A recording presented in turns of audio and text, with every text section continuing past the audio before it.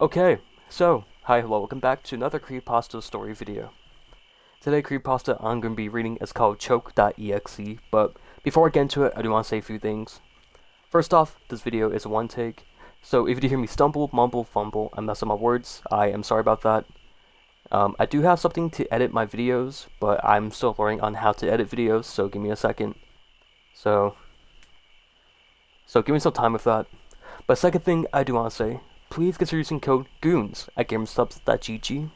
It's code GOONS. You can use that to get 10% off at checkout. GameStubs is the equivalent of Kool-Aid for adults that have caffeinated and non-caffeinated versions of their drinks, so if that interests you, then go check them out. The link is at top of the description. Okay, so outside of that, let's get into it. This is Choke.exe.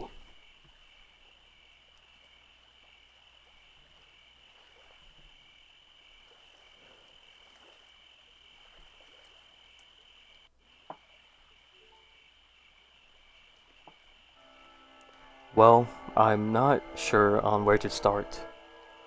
The past few weeks have been pretty rough for me. I lost my mother last spring to cancer. It caused a great deal of grief among my family. However, my father took it the worst. He was never the same after my mom's death. He locked himself in his house all alone, spacing himself from the rest of the world, and even spacing himself from me. It was odd. Throughout his entire life, he always been so outgoing. My mother, my sister, and I were all he had. Now that my older sister had grown up, got married, and moved a few towns over, I guess or slash think I was all that he had now. 2 weeks ago, I received a call. I was on 4chan, which is an infamous image board site reading comments on one of those you laugh, you lose threads. Whatever happened to original content? Alright, I'm straying away from the topic. Having been in front of the monitor for hours in dead silence, I've been caught off guard with my ringtone. Joey Scarberry's Believe It or Not blared from my phone's tiny yet powerful speakers. I nearly jumped out of my seat. I grabbed my phone and checked the caller ID.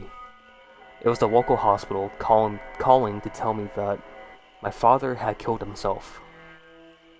A week later, my sister came down for the funeral.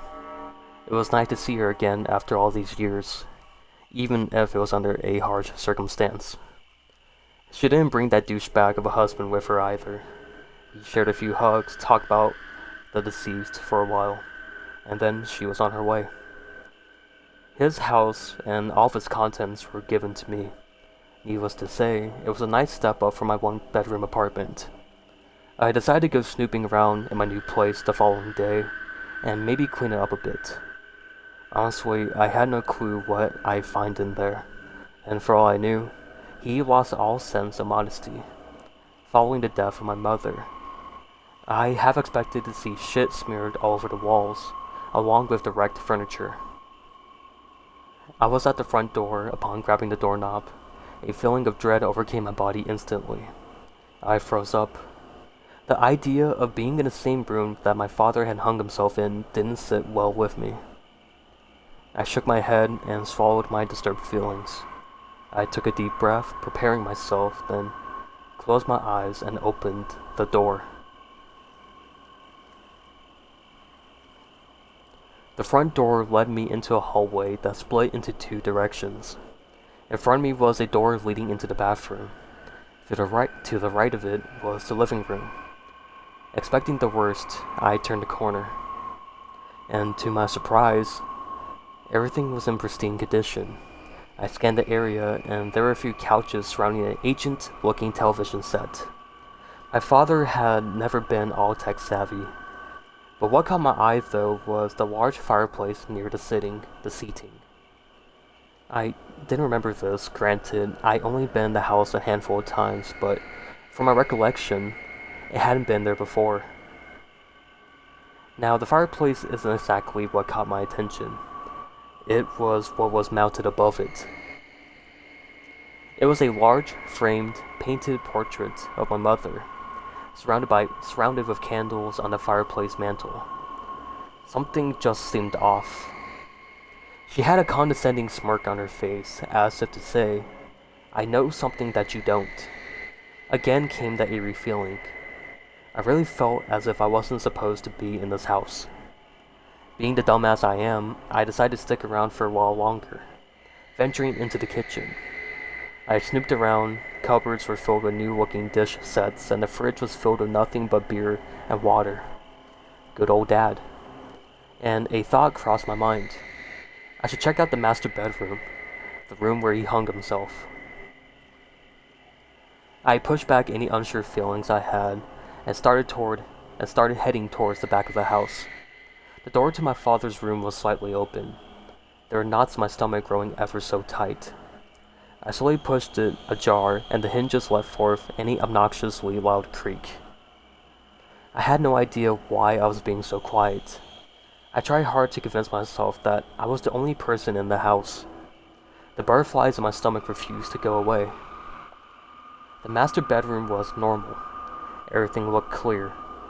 I took a few steps whilst scanning the area, and there was a nightstand to the right side of his bed, his glasses resting atop, seemingly untouched. He never liked wearing them, and said that the glasses made him look like a sissy boy. To the left of the room was a door, something that I don't know what drew me to it, but I had the urge to open the door. I wanted to open it, and no, I needed to open it. Making my way over to this mysterious door, I made sure to be quiet. Again, don't ask me why, I just felt like I'd be disturbing something if I made noise. I bit my lower lip, placing my hand on the knob. I was trembling in anticipation. I closed my eyes, counting down from 3, and quickly opened the closet. There were coats, just lots of coats. Some pants and shoes too, if that's what you're into. It was an ordinary walk-in closet. I took a sigh of relief, but deep down I was secretly disappointed, until I saw it. There was something shiny on the floor. Kneeling down, I moved a shoebox out of the way. It was a brass handle bolted to the ground. I had also noticed a crease in the carpeted floor. It was a small hatch leading into the basement. My heart raced. What could be down there? My lust for adventure got the better of me, and without thinking, I grabbed the brass handle and flung the hatch open. I peered inside, and it was dark. All of my instincts went against what I was about to do, but I completely ignored them. I jumped down. Luckily, it wasn't that high of a drop, and I'll be able to pull myself out if need be. The basement was dark and extremely dusty. Fishing into my pocket, I pulled out my Zippo lighter. It took me a few tries, but I finally managed to get the steady flame to light up a small portion of the room. That's when I saw the last thing I ever expected to see in my father's basement. A computer. Sitting at the edge of the room was a small desk, keyboard, mouse, and monitor. One of those white plastic chairs was pushed into the desk. Curiously, I walked over to the station. The computer looked new, as if it had never been used. This couldn't be my father's. Why would he have a nice rig like this sitting in the basement? I pulled the flimsy chair from the desk and took a seat in front of the monitor. I crossed my fingers and leaned over, and tried booting up the computer. Eureka! It worked. The Windows 7 boot logo appeared on the screen. Again, it struck me as odd that my father owned such a nice, expensive-looking computer. It required me to select a user, and there was only one. Disappointment. A chill went down my spine. Disappointment? Why would he name his profile that? I clicked on it and it asked me for a password. I grinned and typed Cheyenne, my mother's name. And I'll be damned, it worked. I cocked my head to the side and something was wrong. His desktop background was solid black. There was no start bar, and there was only one icon. In the middle of the screen, there was an executable file. Choke.exe. My hands trembled. I had no idea what I was doing here or why I come in the first place. I wanted to turn around and go back to the comfort of my apartment, but curiosity wouldn't let me. I couldn't control myself, almost against my will. I hovered the cursor over the icon and double-clicked. The screen flickered. I figured there was something wrong with the cord. I reached my hand behind the machine, feeling for wires. Impossible. Nothing was plugged in. The computer emitted a high-pitched buzz, almost as if it were working itself too hard. Shades of blue, red, and green flashed on and off across the monitor. The computer's whining became louder and louder, sputtering with life, increasing with intensity with every second. All of a sudden, everything became quiet again. I looked at the screen. There was a red dot in the very middle of the text underneath, simply stating, "Disappointment." My heart was pounding in my chest. Everything had come to a standstill. I relaxed for what seemed like a few seconds until I heard it. The sound of heavy breathing and footsteps behind me, coming closer. I didn't dare shift my gaze from the computer monitor. The footsteps stopped, and whoever or whatever was behind me had leaned over. Their mouth was right next to my ear. I heard a familiar voice whisper, "Choke." With great force, a rope was wrapped around my neck. I screamed as loud as I could. The rope tightened and I was yanked backwards out of my chair. I couldn't breathe. My neck was sore, and my vision slowly started to fade away due to the lack of oxygen. I was going to die. I gagged and clawed my neck, and there was nothing there. I was on my hands and knees gasping for air. My vision had returned. I stood up and I was staggering around. I was trying to regain my bearings. I was in the living room, right in front of the fireplace.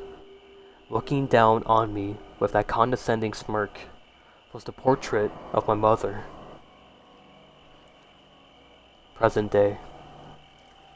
As I sit here writing this in my dingy one-bedroom apartment, I can honestly say that there's no place like home. I have no idea what the hell happened, and honestly, I don't want to know.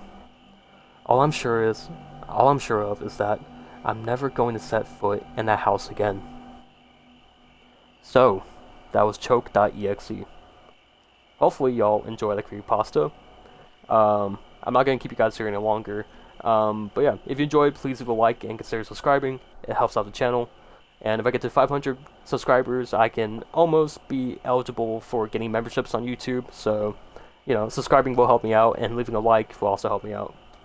But yeah, links are down below. Use code GOONS like gamersubs and all that good stuff.